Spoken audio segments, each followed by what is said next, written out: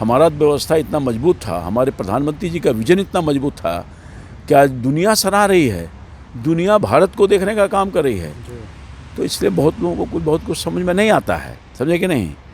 और अब नहीं समझ में आता है तो समझने की आवश्यकता है, ध्यान देने की आवश्यकता है।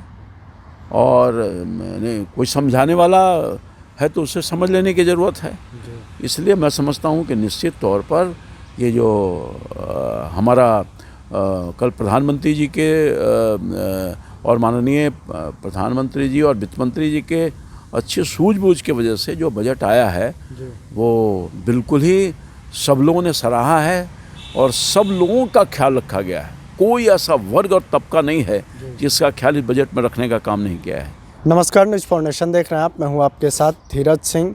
कल संसद में आम बजट पेश हुआ, उसके बाद मुख्यमंत्री नीतीश कुमार का कहना है कि इस बजट में बिहार और बिहारियों के लिए कुछ नहीं मिला। हमारे साथ हैं भाजपा सांसद रामकृपाल यादव जी। सर, नीतीश कुमार तो कह रहे हैं कि आम बजट में बिहारियों के लिए कुछ खास नहीं दिया गया है। देखिए, नीतीश कुमार जी थोड़ा परेशानी में है। ये जो कल का बजट है देश के लिए है, बिहार के लिए नहीं है। बिहार के लिए वो आने वाले वक्त में अपना बिहार का बजट देंगे बिहार के विकास के लिए। ये समावेशी विकास है और हर क्षेत्र में हर लोगों के लिए, हर राज्य के हर व्यक्ति के लिए विकास हुआ है और होगा। देश के अर्थशास्त्रियों ने, देश के हर क्षेत्र के लोगों ने इस बजट को सराहा है। और माननीय प्रधानमंत्री जी का जो विज़न है, वित्त मंत्री जी के माध्यम से जो दिया गया है, निश्चित तौर पर एक मजबूत अर्थव्यवस्था को एक नया आयाम देगा और किसानों को, मज़दूरों को, नौजवानों को, छात्रों को, गरीबों को, महिलाओं को, बुजुर्गों को, हर लोगों के विकास में बहुत ही अहम भूमिका ये बजट देने वाला है। इंफ्रास्ट्रक्चर में अब रेल में जो 9 गुना बढ़ाया गया, बिहार उससे अछूता रहेगा। कृषि में जो लाखों करोड़ रुपया का इन्वेस्टमेंट किया जा रहा है, दिया जा रहा है प्रावधान में, अछूता रहेगा।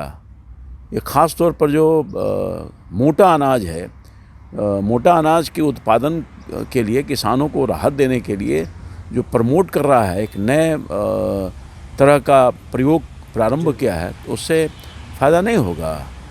इंफ्रास्ट्रक्चर में जो पैसा दिया जा रहा है, चाहे वो रोड हो, रेल हो, अन्य दूसरे चीज़ों में, हॉस्पिटल हो, नर्सिंग कॉलेज के, स्कूल के स्थापना हो, डिजिटल इंडिया के माध्यम से नए शिक्षा नीति में नए परिवर्तन, गांव से लेके शहर तक जोड़ने का बात है, बच्चों के नए भविष्य का निर्माण हो, इसके लिए जो प्रयास किया गया है वो बिहार को फ़ायदा नहीं होगा।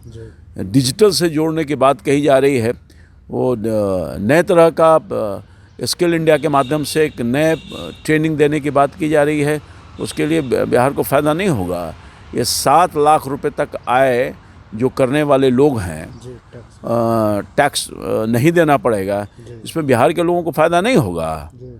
जितने तरह की योजना है सबका फ़ायदा बिहार को पहुंचने वाला है। और बिहार निश्चित तौर पर भारत की सरकार के माध्यम से बहुत सारी धनराशि दिया जा रहा है। 50 वर्षों तक ऋण की जो व्यवस्था बिना टैक्स के दिया जा रहा है, उसमें बिहार अछूता रहेगा। अभी हाल में नहीं उसका फ़ायदा उठाए हैं, इनके पेमेंट के लिए पैसा नहीं था, यही भारत सरकार जो दिया पैसा उसी तो भुगतान का है, विकास हो रहा है उनका। अपना जो अर्थव्यवस्था उनकी है राज्य का, वो ख़त्म है, बिहार का कुछ है। ये जो भारत सरकार जो पैसा देती है, फंड देती है, और फंड का इस्तेमाल वो कर पा रहे हैं, क्योंकि उनके पास मैचिंग ग्रांट के लिए पैसा नहीं है, यूटिलाइजेशन सर्टिफिकेट नहीं भेजते हैं। तो इनकी स्थिति तो खुद से ख़राब हो गई है और अपना चेहरा बचाने के लिए केंद्र पर आरोप लगा करके अपनी जिम्मेदारियों से भागना चाहते हैं। अभी अब बजट आने वाला है ना भाई, तो आप अपने संसाधन से बिहार की जनता को दीजिए, मदद करिए, कौन रोक रहा है आपको।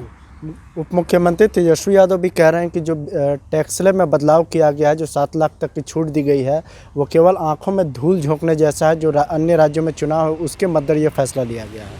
देखिए, हमारी सरकार जो माननीय प्रधानमंत्री जी के नेतृत्व में चल रही है, हम कोई चुनाव दृष्टिकोण से काम नहीं करते हैं, चुनावी दृष्टिकोण से कभी काम नहीं किया है। हमारा जो आज अर्थव्यवस्था दुनिया के 5वें स्थान पर है, न जाने कितना देश कंगाल हो गया कोरोना के विपत्ति आपत्ति के काल में, मगर हमारे देश व्यवस्था उससे निकल गई है। हमारा व्यवस्था इतना मजबूत था, हमारे प्रधानमंत्री जी का विजन इतना मजबूत था कि आज दुनिया सराह रही है, दुनिया भारत को देखने का काम कर रही है। तो इसलिए बहुत लोगों को बहुत कुछ समझ में नहीं आता है, समझे कि नहीं। और अब नहीं समझ में आता है तो समझने की आवश्यकता है, ध्यान देने की आवश्यकता है, और कोई समझाने वाला है तो उसे समझ लेने की ज़रूरत है। इसलिए मैं समझता हूँ कि निश्चित तौर पर ये जो हमारा कल प्रधानमंत्री जी के और माननीय प्रधानमंत्री जी और वित्त मंत्री जी के अच्छे सूझबूझ की वजह से जो बजट आया है वो बिल्कुल ही सब लोगों ने सराहा है और सब लोगों का ख्याल रखा गया है। कोई ऐसा वर्ग और तबका नहीं है जिसका ख्याल इस बजट में रखने का काम नहीं किया है।